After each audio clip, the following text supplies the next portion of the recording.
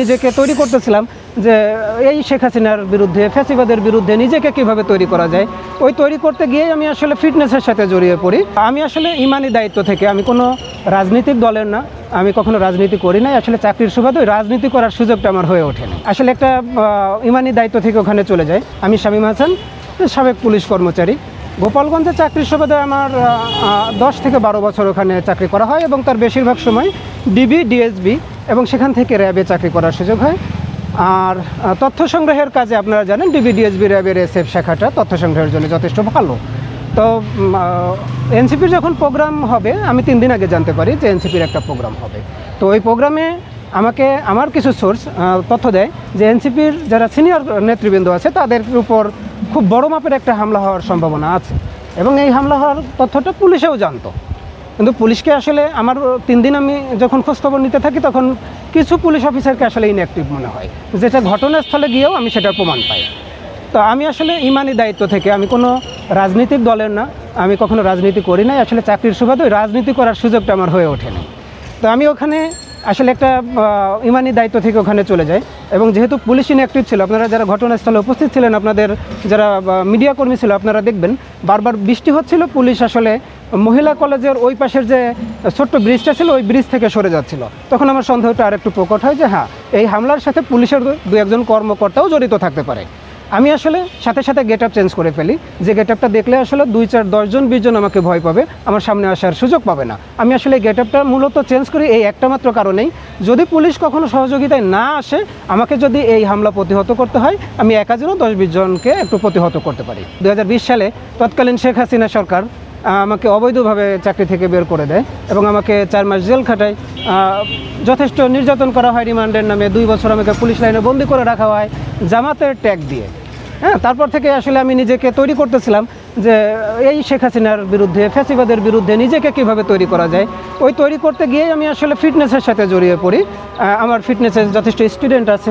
আমি নিজে আসলে একটু বিপ্লবী, ফ্রন্ট লাইনে থাকতে পছন্দ করি, যার কারণে নিজেকে তৈরি করতেছে এবং সেই সাথে সাথে আল্লাহ এখানেই আমাকে রুটি রুজি লিখে দিয়েছেন, আমি ফিটনেস নিয়ে আসি। আপনাকে যদি আমি একটু পিছনে ফিরিয়ে নিয়ে যাই, তাহলে আমাকে এরশাদ এবং তার আগে আমার শহীদ প্রেসিডেন্ট জিয়াউর রহমানের আমল পর্যন্ত নিয়ে যেতে হবে।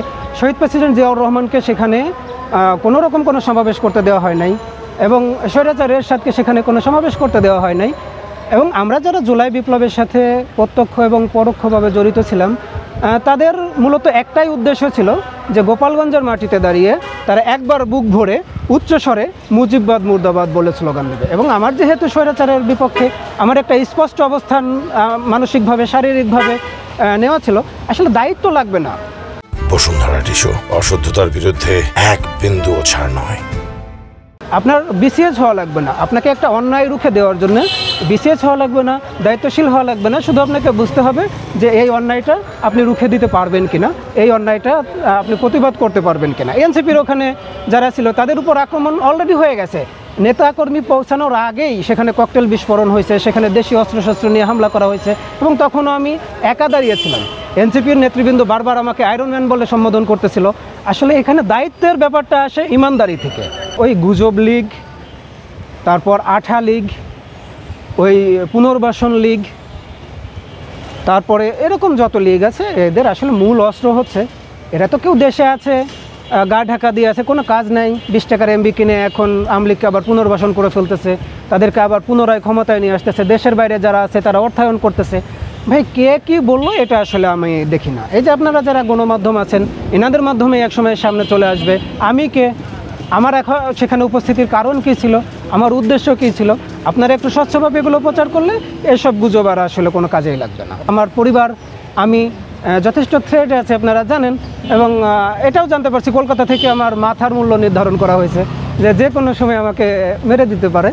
আসলে আমার ভয়ে না, পরিবার আছে সবারই, আপনারা এই বিষয়টা বুঝতে চাইবেন। যেহেতু পরিবার আছে, আমি আসলে আমার শুধু ফরিদপুর জেলাতে আমার জন্মস্থান। ওই প্রোগ্রামের শুরু থেকে শেখ হাসিনার নজর, আওয়ামী লীগের একদম শীর্ষস্থানীয় নেতৃবৃন্দর নজর ওখানে ছিল। তারা প্রতিনিয়তই খোঁজখবর রাখতেছিল যে এখানে কি হচ্ছে এবং তারা নির্দেশনা দিচ্ছিল যারা এই হামলাকে সমন্বয় করবে। তো ওনারা আমাকে প্রথমেই আসলে আপনাদের মাধ্যমে হোক, তাদের নিজেদের লোকজনের মাধ্যমে আমাকে শনাক্ত করে ফেলে এবং আমি যখন এই হামলাটাকে আল্লাহর রহমতে কিছুটা হলেও তাদের শখটাকে বানচাল করতে সামর্থ্য হই, তখন আমাকে তারা আওয়ামী লীগের একজন ভাই আমাকে বলতেছে, ভাই আপনি অবশ্যই এখান থেকে পালিয়ে যান এবং আপনাকে খুব শর্ট টাইমে পালিয়ে যেতে হবে। কিন্তু আমি আসলে পালানোর সুযোগ তখন পাই নাই, কারণ আওয়ামী লীগের লোকজন জেলার চারপাশে ঘিরে রাখছিল এবং সেনাবাহিনী তখন 144 ধারা প্রশাসন কর্তৃক জারি হয়ে যায়। আমার বের হইতে, সেফ জোনে যাইতে আমার একটু সময় লেগে যায়। এর ভিতরে আমি দেখি যে আসলে গুজবে ছয়লাভ হয়ে যাচ্ছে। তখন আমি একটা জঙ্গলে অবস্থান করতেছিলাম, আসলে হাইওয়েতে ওঠার কোনো সুযোগ পাচ্ছিলাম না।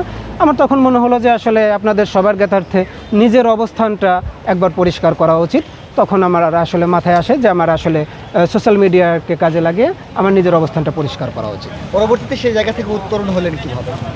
আসলে আপনাদের একটা বিষয় আমি আগেই বলছি যে আমি বাংলাদেশ পুলিশ বাহিনী থেকে আসলে প্রশিক্ষণপ্রাপ্ত, র্যাবের থেকে আমি উচ্চতর তদন্ত কোর্সে প্রশিক্ষণপ্রাপ্ত। আসলে 2-4 জন আওয়ামী লীগ, ছাত্রলীগ, যুবলীগ আসলে আমাকে খুঁজে পাবে, আমার লোকেশন খুঁজে পাবে, আমাকে অ্যাটাক করতে পারবে, এটা আমি বিশ্বাস করি না। আমার মেধা দিয়ে, আমার যোগ্যতা দিয়ে আমি তাদের চোখের সামনে দিয়ে চলে আসতে পারছি, আর বাকি দিনে ওনারা আমাকে খুঁজে পাবে না।